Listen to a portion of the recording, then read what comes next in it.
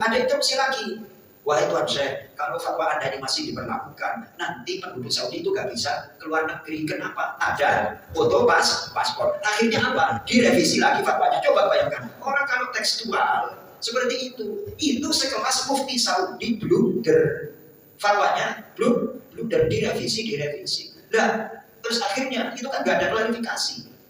Fatwa terus diklarifikasi, nanti resikonya seperti ini Tuan Syekh. Terus akhirnya direvisi. Nah, akhirnya orang awam di Indonesia yang nggak pernah belajar agama terus didoktrin oleh pengajian yang ustadznya model seperti itu.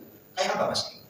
Ekstrimnya itu nggak ada perbandingan, udah dicekokin seperti itu sampai mertuanya ke ziarah itu nggak diantar. Ya Allah ya Karim, ziarah kan mendoakan, bukan kita di kuburan, bukan, malah justru kita mendoakan orang yang di kuburan.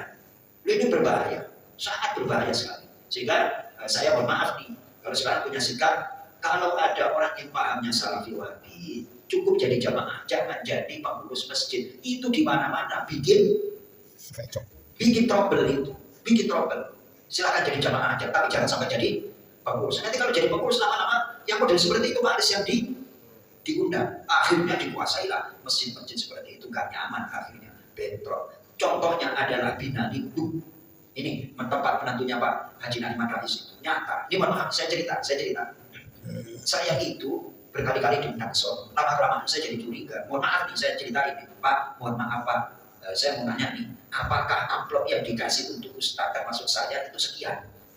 Terus akhirnya, mohon maaf Pak Ustaz, Pak, selama saya tidak, insya Allah enggak apa, saya tetap diundang itu senang, akan tetapi di masjid yang saya diundang, rata-rata Jakarta Bekasi itu nominalnya sekian, masa ini komplainernya sekian, apakah hanya saya atau Ustaz yang lain?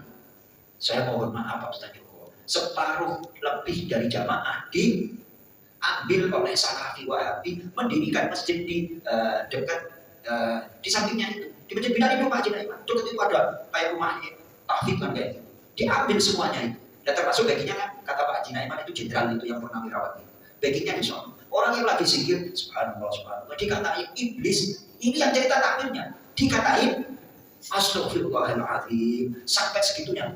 Kalau udah pernah paham Salafi Wahabi, sangat berbahaya. Mohon maaf Pak Ustaz, ini jamaah kita yang tadinya jadi donatur di masjid ini keluar gara-gara Salafi Wahabi, akhirnya dananya ke sana semua. Tuh Mas Toto, ini saya akhirnya ambil kesimpulan, saya memberanikan diri, seandainya ada orang yang pahamnya seperti itu, cukup jadi jamaah, jangan jadi pengurus. Berbahaya. Ini tidak hanya satu masjid, di mana-mana masjid seperti itu.